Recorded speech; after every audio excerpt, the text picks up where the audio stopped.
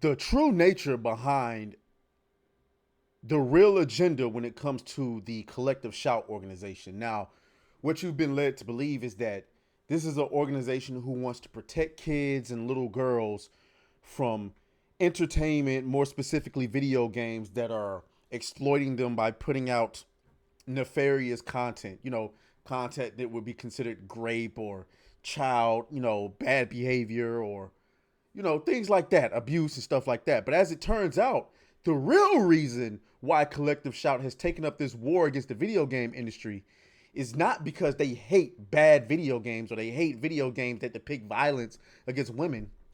It's actually because they hate video games. And we're going to prove it right here. So make sure you like the button. Like the video, subscribe to the channel, hit that bright red button and stuff like that. And let's go ahead and get into it. So we're going to bring, this is a thread coming from Haley Era. You know what I'm saying? She goes, what the fuck? Did some digging on Collective Shout's founder, Melinda Tankard. Turns out she doesn't just hate sexy characters, she straight up hates video games. She claims games cause violence, arousal addiction, and turn kids into drugged up gamblers. Like, what the hell?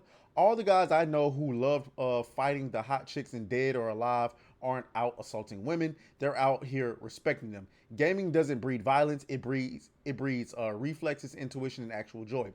This woman is trying to drag an entire medium that's helped millions, sharpening cognition, boosting reflexes, sparking creativity, and yes, saving people from suicide. Games have given people purpose, community, and escape when nothing else could. But sure, let's pretend it's all violence and addiction because she doesn't like boobs and pixels. Next, she'll say Tetris causes erectile dysfunction.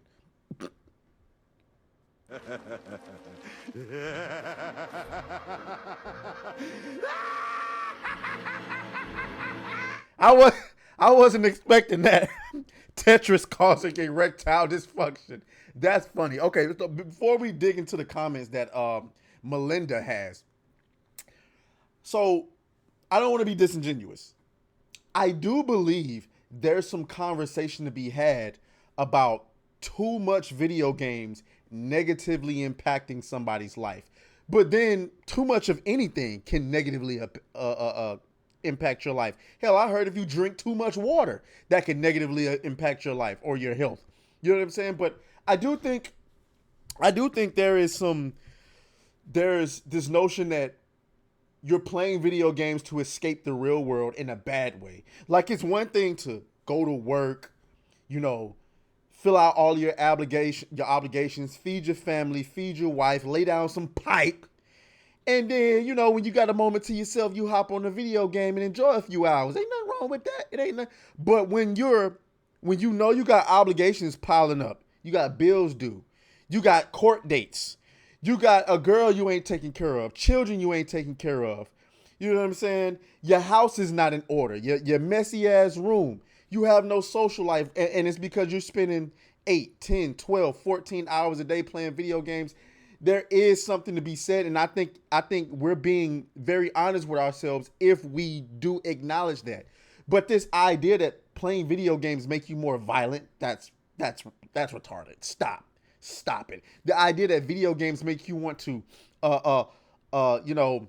assault women in a sexual manner is absolutely freaking insane. Okay, that's absolutely insane. But let's go ahead and get into some of these comments that Miss Melinda had made. Okay, let's scroll down a little bit, and here it is. So this is what she had to say.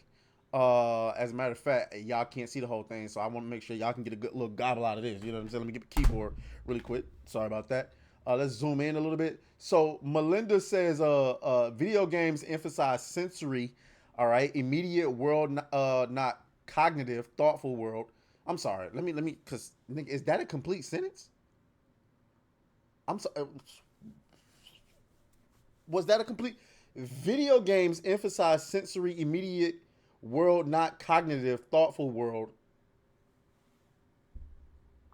I'm sorry. What was that? That wasn't a... Huh? Lack of consequences, Greenfield. Whatever that means. Children who love video games have brains like gamblers. Releases chemicals same as in drug addiction, Greenfield. Okay, so let's go ahead and acknowledge that. First of all, I'm not going to grift. So I'm not going to grift, right? We have absolutely had conversations over the last few years about video games, and the studios that are making them are implementing these manipulative, addictive mechanics in them, like loot boxes, right? That's absolutely a thing. But I want to keep you in mind, these are things that the corporations are choosing to put in the game that don't need to be there. We don't need loot boxes to play Assassin's Creed. Hell, we don't need loot boxes in anything. That's the addictive part. That's the gambling part. That ain't got nothing. There's nothing about beating Knights of the Old Republic that'll make you a gambler. What? No. There's nothing about Grand Theft Auto. Let's leave Grand Theft Auto out of it. I don't know. I don't know. I don't want to grift. I don't want to lie. I don't want to grift. But you know, there's nothing about Mass Effect that's gonna make you a gambler or a misogynist. There's nothing about that. So this is all made up.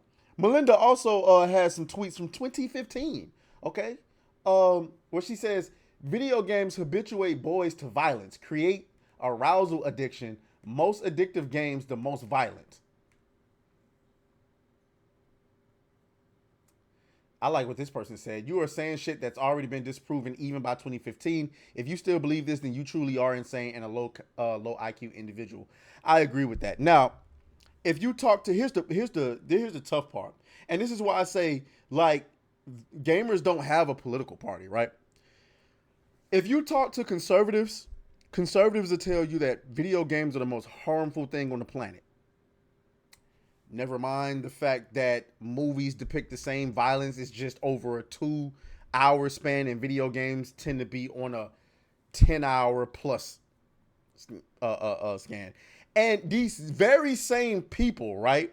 These very same people will salute the troops in America first and, you know, thank you for your service and, you know, all of this stuff like that.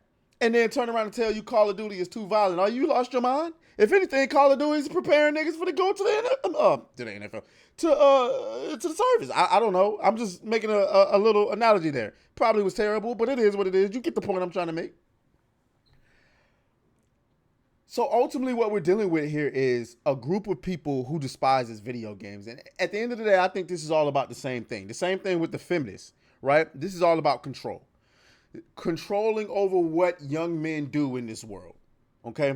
And it seems like, especially since Donald Trump's election win, it seems to me like the race is to who can get control of the boys first. That's what it seems like. Ever since the loss to Donald Trump, the left has been trying to find their version of Andrew Tate.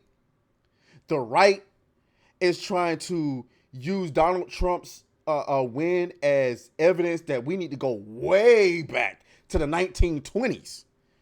Not in a slavery way. I'm not saying that. For some, maybe, yeah. But meaning like, yeah, church on Sundays, then church on Mondays, and then on Tuesdays, Wednesdays, and Thursdays. Come home, go back to church. Come home, take a nap, go to church again. No sex till marriage type shit. And I got to be honest with you. While it's a lot of goofiness going on, I like the modern world a little bit. There's some things we can keep. They don't want to keep nothing. And then the left want to take everything and put too much. And so when you're a gamer, you sitting in between like, damn, this sucks. I don't want to be in between neither one of these motherfuckers. I feel like a ham sandwich. I feel like I'm getting smacked from the back by the right and smacked from the front by the left.